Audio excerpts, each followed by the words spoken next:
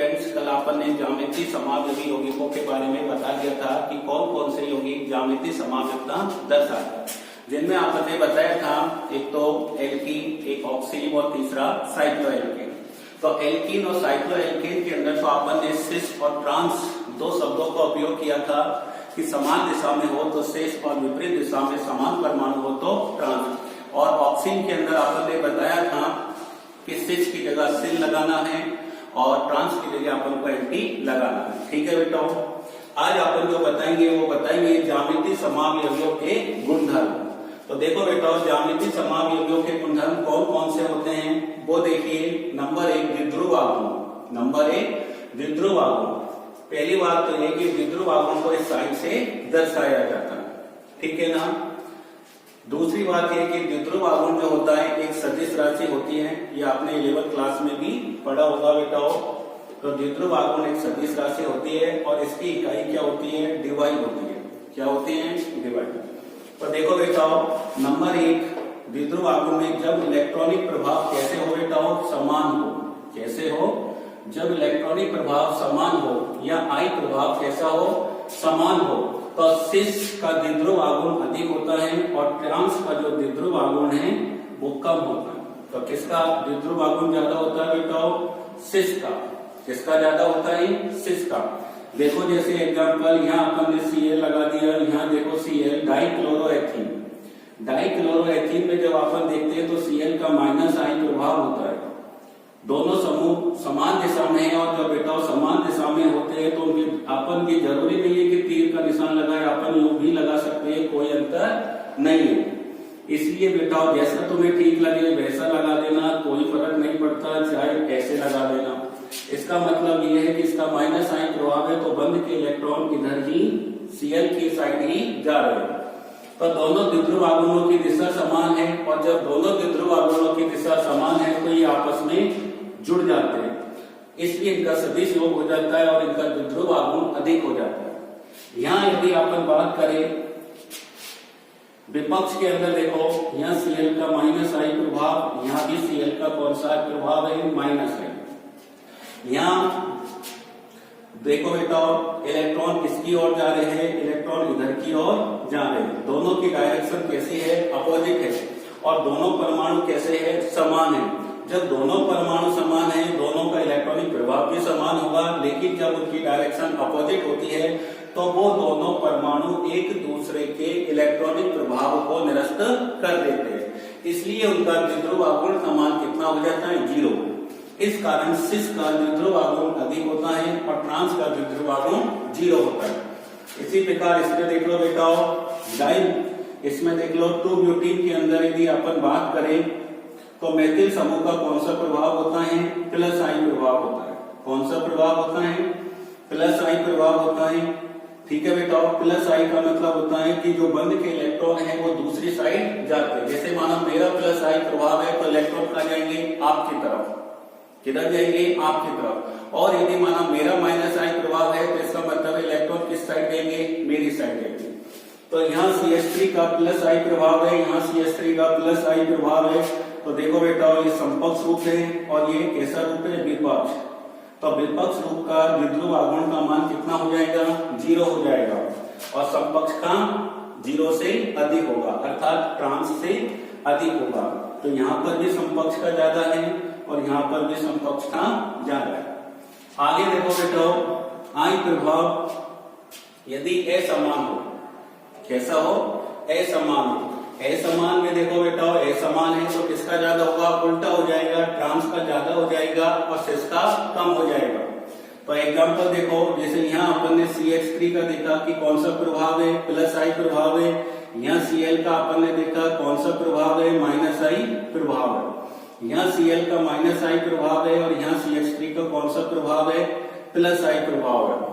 तो देखो बेटा, यहाँ डायरेक्शन देखो, विपक्ष के अंदर डायरेक्शन कैसी जा रही है बेटा, एक सीध में जा रही है। कैसी जा रही है, तो इनका सदिश योग हो जाता है। यहाँ पर देखो बेटा, एक दूसरे के ये अपोजिट भी नहीं है, एक दूसरे के ये अपोजिट भी नहीं है। तो देखो बेटा, यहाँ पर तो टोटली एक दूसरे की साइड में जा रही है, तो यहाँ पर दोनों का जो I प्रभाव है वो पूरी तरीके से जुड़ जाता है, और जुड़ जाने के कारण ही ट्रांस रूप का द्विध्रुव आघूर्ण का मान अधिक होता है। ठीक है ना।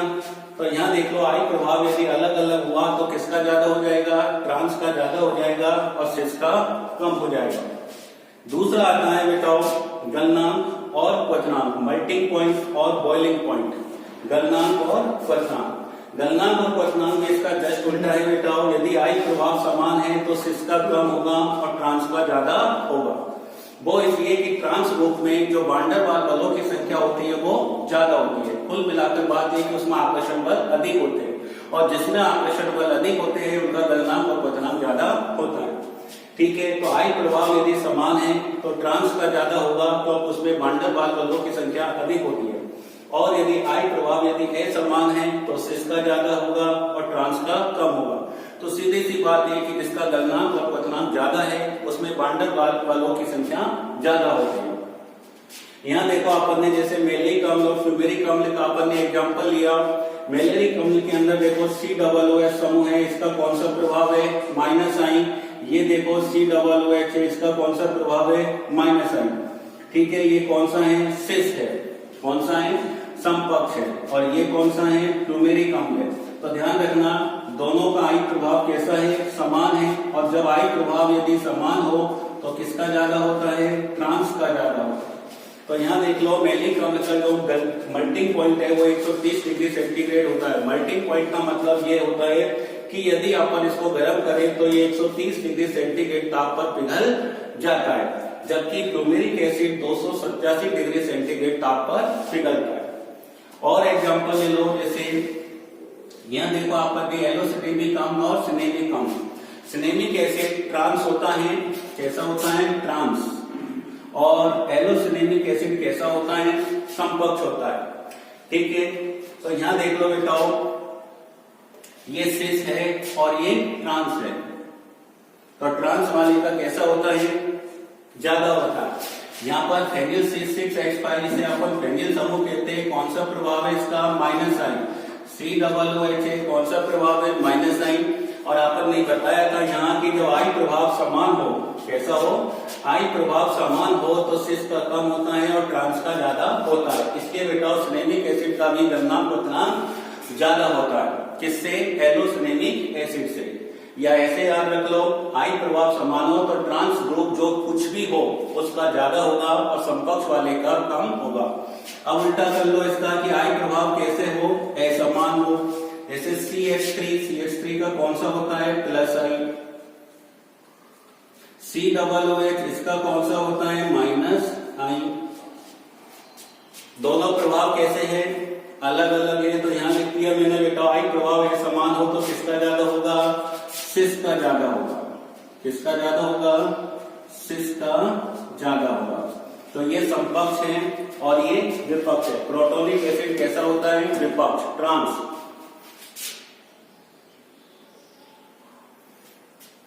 और आइसोप्रोटोनिक एसिड कैसा होता है, समपक्ष। तो समपक्ष है गलनांक कैसा होता है, ज्यादा, 150 डिग्री सेंटीग्रेड, और प्रोटोनिक एसिड का होता है 72 डिग्री सेंटीग्रेड।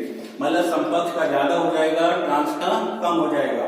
कुल मिलाकर बात ये याद रखिए बेटा, I प्रभाव समान है तो ट्रांस का ज्यादा होगा, और I प्रभाव असमान है तो अपन को किसका ज्यादा है, सिस का ज्यादा होगा। ठीक है। ये हो गया गलनांक और क्वथनांक। तीसरा आता है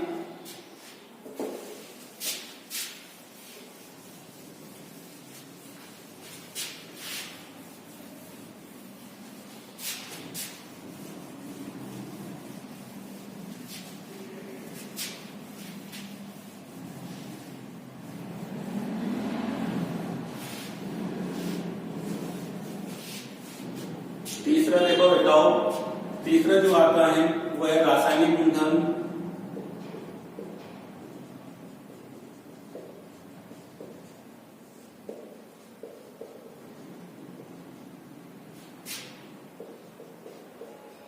जिसे अपन चक्रीयकरण भी लिख सकते हैं, चक्रीयकरण, क्योंकि इसमें चक्रीय संरचना का निर्माण होता है।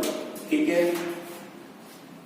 देखो चक्रीयकरण मतलब चक्रीय संरचना का निर्माण। तो चक्रीयकरण में देखो बेटाओ कि समकक्ष के अंदर दोनों समान समूह एक ही दिशा में होते हैं, और जब दोनों समूह एक ही दिशा में होते हैं तो उनका निर्जलीकरण आसानी से हो जाता है, अर्थात चक्रीय संरचना आसानी से बन जाती है। जैसे अपन बात करें मेलिक अम्ल और फ्लूमेरिक अम्ल की,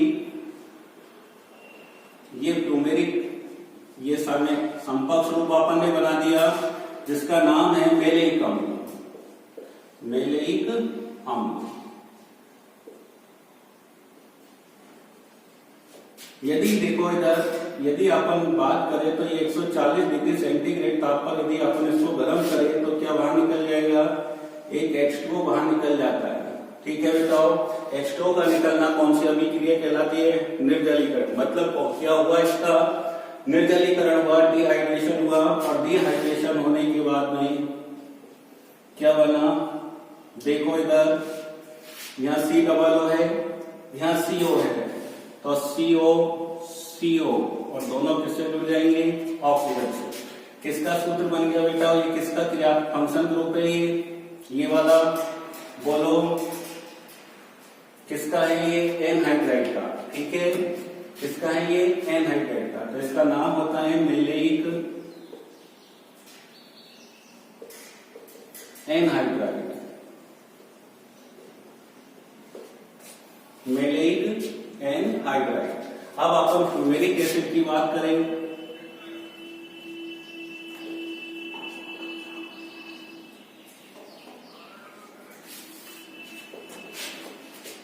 तो यहां देखो बेटा, ये अपन ने किसका सूत्र लिखा, फ्लूमेरिक एसिड का सूत्र लिखा।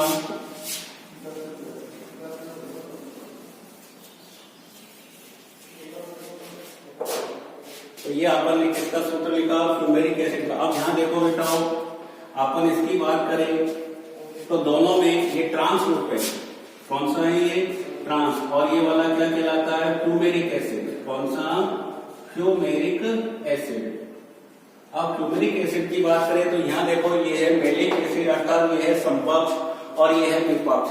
समपक्ष में दोनों कार्बोक्सिलिक समूह कौन सी दिशा में, समान दिशा में, इसलिए इसका निर्जलीकरण कम ताप पर हो जाता है। लेकिन यहाँ यदि अपन बात करें कि दोनों COO समूह कौन सी दिशा में है, अपोजिट दिशा में है, इसलिए इसमें टेम्परेचर का मान ज्यादा चाहिए होता है, और ये मानो 140 का डबल, लगभग दुगना टेम्परेचर अपन को इसका देना पड़ता है, तब जाकर निर्जलीकरण की क्रिया होती है और बनता है मेलेइक एनहाइड्राइड।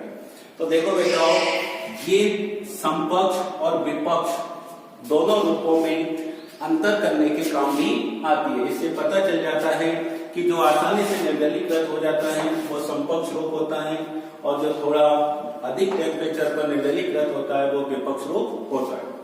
चौथा, तो पहला कौन सा हो गया, द्विध्रुव आघूर्ण हो गया। दूसरा कौन सा हो गया अपना, गलनांक पतनांक हो गए। तीसरा हो गया अपना चक्रीयकरण, और एक चौथा और होता है जिसे अपन कहते हैं हाइड्रोजन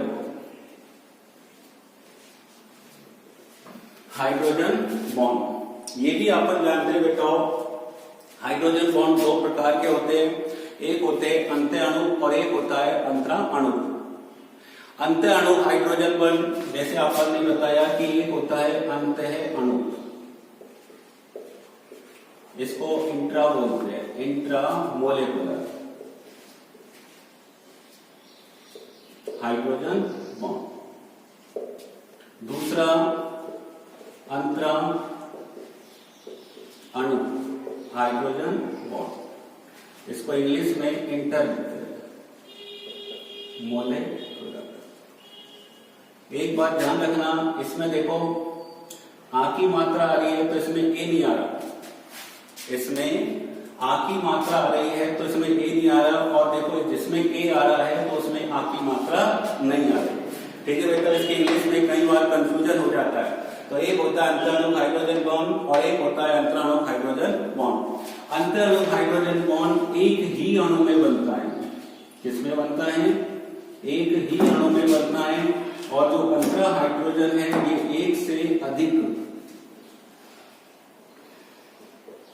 अणुओं में बनता है। तो तो आप दिमाग लगा लीजिए बेटाओ, जो बंध एक ही अणु में बनेगा वो दुर्बल होगा, और जो बंध एक से अधिक अणुओं में बनेगा वो एक से अधिक अणु समान भी हो सकते हैं और असमान भी हो सकते हैं। इसलिए जो बंध एक से अधिक अणुओं में बनेगा वो बंध अधिक मजबूत होगा। वैसे तो हाइड्रोजन बॉन्ड चाहे अंतःअणु को चाहे अंतराणु को, दोनों ही प्रकार के हाइड्रोजन बॉन्ड बहुत कमजोर होते हैं, सबसे ज्यादा दुर्बल बंध होते हैं। लेकिन ध्यान रखना बेटा, अपन इस समय कंपेयर कर रहे हैं, और कंपेयर कर रहे हैं तो ध्यान रखना जो अंतराणु हाइड्रोजन बॉन्ड है वो अधिक प्रबल होता है, ठीक है। और मैक्सिमम किसके अंदर, मैक्सिमम सिस जो होता है, कौन सा सिस में कौन सा बनता है बेटा, अंतःअणु, और ट्रांस में कौन सा बनता है, अंतराणु। हाइड्रोजन बॉन्ड, तो ध्यान रखना बेटा, मैक्सिमम सिस के अंदर कौन सा बनेगा, अंतःअणु, और ट्रांस में कौन सा बनेगा, अंतराणु हाइड्रोजन बॉन्ड। तो सीधी सी बात ये हुआ बेटा, जिसके तो ट्रांस में हाइड्रोजन बॉन्डिंग अधिक होती है, और जिसमें हाइड्रोजन बॉन्डिंग अधिक होती है तो उसका बेटा गलनांक क्वथनांक भी ज्यादा होता है, ठीक है ना। तो ये अपन का हो गया बेटा ज्यामितीय समावयवियों के गुणधर्म, ठीक है। कल अपन प्रकाशिक समावयवता के बारे में आपको पढ़ाएंगे, ठीक है बेटा।